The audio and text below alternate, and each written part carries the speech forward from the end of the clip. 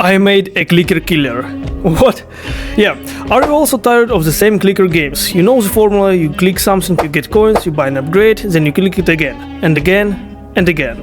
There are already hundreds of games doing exactly the same thing. So I started thinking, why don't I make a clicker game myself? But there was one small problem. I had absolutely no idea how to make it unique. And that's basically where Clicker Killer started. Clicker Killer. I made a clicker game, but tried to make it different. At first, I didn't even have a clear idea of what the game was going to be. I just knew I wanted to make a clicker. But every time I thought about it, I kept asking myself, okay, but why would someone play my game? And honestly, I didn't have a good answer. So I could make another cookie clicker, yeah, another mining game, another game where you click a giant button and numbers go up. But it's not my style. So I started looking for a different direction. And then I had this stupid idea. What the thing you're clicking isn't the game itself, but the enemies. Instead of clicking to generate resources, you're clicking to kill things. And instead of playing as some random character, you're a herd. Yeah, a herd. I don't really know why I chose a herd, it just felt funny. The first prototype.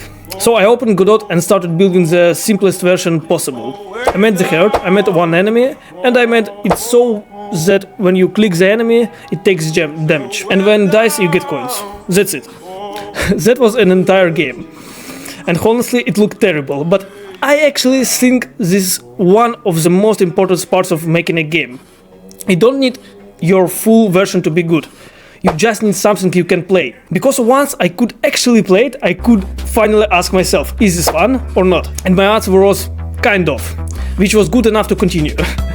The next problem was figuring out what the player actually does. I had the clicking, I had the coins, but clicking one enemy for 5 minutes wasn't exactly a revolutionary gameplay mechanic. So I started thinking about progression.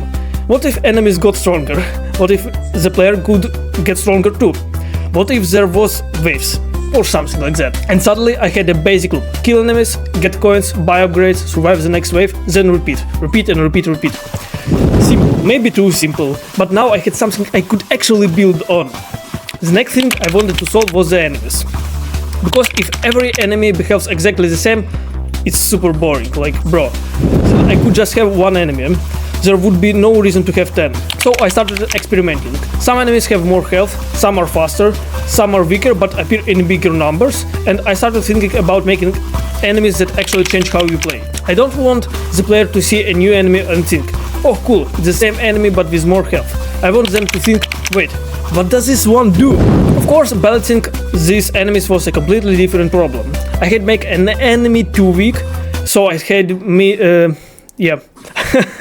so I'd make it stronger, then it would destroy me in 2 seconds. Yeah. So I'd make it weaker again. Yeah. And this happened over and over and over again. But slowly the game started becoming something. I had enemies, I had waves, I had coins, I had upgrades. And now there was actually a reason to keep playing. You could save your coins or spend them immediately to become stronger. And that little decision actually made the game more interesting. So the economy in the game. Because when you're one upgrade away from killing an enemy faster, you really want these coins. And then you finally buy it. And suddenly everything dies. Okay, maybe this is actually working. But I still felt like something was missing. The player was doing almost everything. Click, upgrade, click, upgrade. And I wanted more things happening on the screen. Then I had another idea. Pets. What if the herd could have little helpers? So I started making pets that actually do things for you. Some pets attack enemies, some pets grabs enemies, and some pets slow down enemies. And this one was of those moments where I realized, okay, this is starting to feel different from the clicker I originally imagined. Now the player isn't just clicking, they're building an entire base, like to destroy the enemies. But this is where I got stuck. I had the basic gameplay, I had enemies, I had pets, I had upgrades, and then I just started at the game and thought, what do I add now? Yeah. So I didn't want to just add random features because I could add 50 more enemies, I could add 100 more upgrades, but it's like useless, you know? I could add another 500 waves, but would it actually make the game better? Probably not. So fuck. And this was probably one of the hardest parts of the project. Not programming, not art, not even bugs, yeah. Just figuring out what the game actually needed. I started playing my own game for longer periods of time, and I noticed something. The beginning was fun, you get stronger really quickly. You unlock things, you see your progress, but eventually it starts becoming repetitive. Yeah, and that is when I realized that adding more content wasn't necessarily the solution. I didn't need the game to be bigger. I needed the game to give the player a reason to continue. I need some kind of long-term progression, you know? So, and that's when I started thinking about rebirth mechanic. The idea is pretty simple. You play throughout the phase, you become stronger, you eventually reach the end. And instead of just stopping, you reset. Just reset. But you get something permanent in return. So next run starts differently. You are stronger, you can progress faster, you can reach higher waves, and eventually you can rebirth again. And enemies getting faster. And suddenly the game has another question. Not just can I survive this way, but how far can I get this time? And that's much closer to the kind of progression I want to for Clicker Killer. Yeah, so once the systems were working, I started focusing on something that is really easy to underestimate: game feel. Because technically all you're doing is clicking.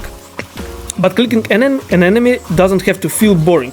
You can add an animation, a sound, a hit effect, damage numbers, coins flying everywhere, and suddenly it feels much better. This is something I've started realizing more and more while making games. Players might not consciously notice every tiny effect, but they definitely notice when the game feels bad. Yeah, it's absolutely true. And of course, making the game wasn't exactly smooth. There were bugs, a lot of bugs. Enemies getting stuck, things flying off the screen, pets doing things that absolutely shouldn't be doing. And probably my favorite category, things that worked perfectly. Until I changed one completely unrelated thing. Yeah, and then games. That's just game development. You fix one problem, you got 10 other problems. But honestly, I've learned to expect this. And Clicker Killer taught me something pretty important. A game doesn't need a completely revolutionary idea to be interesting. The basic idea is still just click enemies. Yeah, that's not revolutionary, but the way you build around that idea can make it feel different. The enemies, the progression, the paths, the upgrades, the difficulties, the feedback, like all of the small things work together. And that's why I'm trying to do with Clicker Killer. So after all this is where Clicker Killer is now. A little herd fighting waves of enemies. 50 enemies in total. Yeah, collecting coins, buying upgrades, using pets, trying to survive, and eventually rebirthing and doing it all again. It's still not finished. It's completely finished, but I will support it with updates, of course. There are still mechanics I want to improve. I want more unique enemies, better progression maybe, more interesting upgrades, and hopefully more reasons to keep playing. So, and honestly, the funny thing is, when I started this project, I didn't really know what I was making here. I just knew I didn't want to make another completely generic clicker. I started with one enemy, one head, one button, one button, and a pretty stupid idea. That's all. And now, somehow, I have a Clicker Killer. I don't know how far I'm going to take this game yet, but I definitely want to keep improving it. So if you have an idea for an enemy, or a pet, or something like that, or an upgrade, or literally anything that would make this game more interesting, tell me in the comments.